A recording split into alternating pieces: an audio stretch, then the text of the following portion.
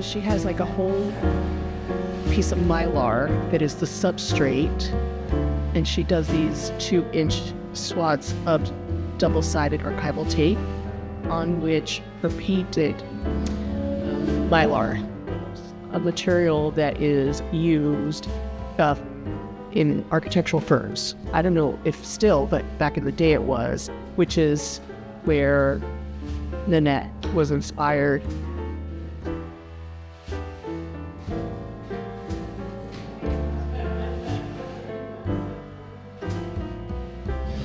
What I love about the collage is the edge. It gets into the sort of physical plane because there is this overlap, this edge.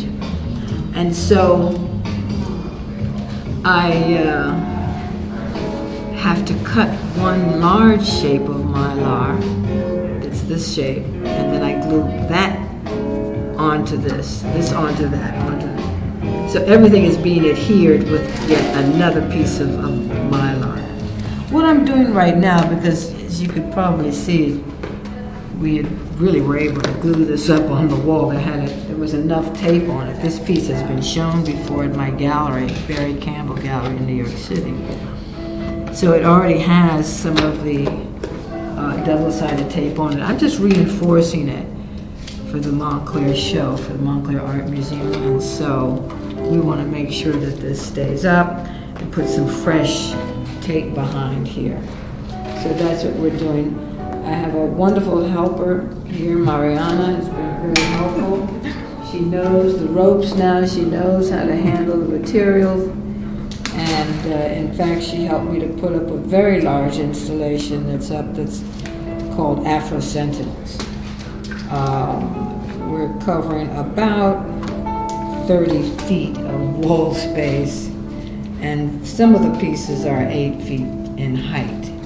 I think in many cases, and this is the artist's choice, people will appropriate what they end up collaging, whether it comes from a magazine or fabric that's already made or whatever. In this case, all of the surfaces that you see, I have created.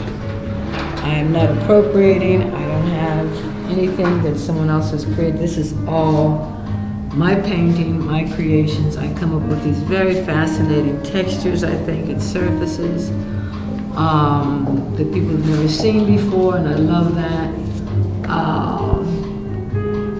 But in terms of installing, actually just even creating the work, it actually gets kind of involved. The areas that you see that have the gray and the blue in this piece, that was originally just one long sheet of Mylar, about 10 feet in length, that I put on the floor, plastic behind it. And I painted onto that on the floor. So it's this kind of thing of painting with a brush, moving around, again, 10 feet long, moving around. It's such a wonderful flow. I got my music going and all that, sort of dancing around it. There's a spiritual component, I think, also that happens.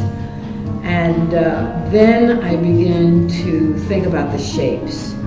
So all of these shapes, again, that have the gray and blue are coming from this large sheet of Mylar that I have painted on. It's methodic. I mean, there are just different techniques and things that are going on to achieve what you're seeing. There are things that it took me years to understand in terms of this particular material, just how far I could push it.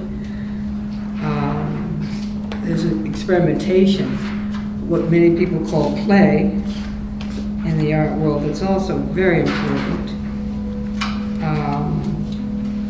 Experimenting is very important. There's so many different materials that are coming out now too, but the idea is that you really need to find out how far you can push it, just how you can use it to relay the information you want to relay. This particular body of work, especially the latest works, have really all been about this idea of keeping a balance, maintaining a balance, even within strange times that we're living in, frightening times.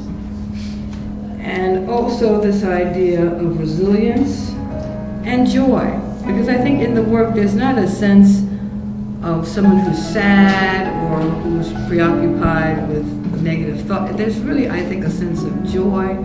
There's a sense of movement. And again, this idea of resilience during this time. I can tell you as an African American, this is kind of the way we've always had to live anyway, you know?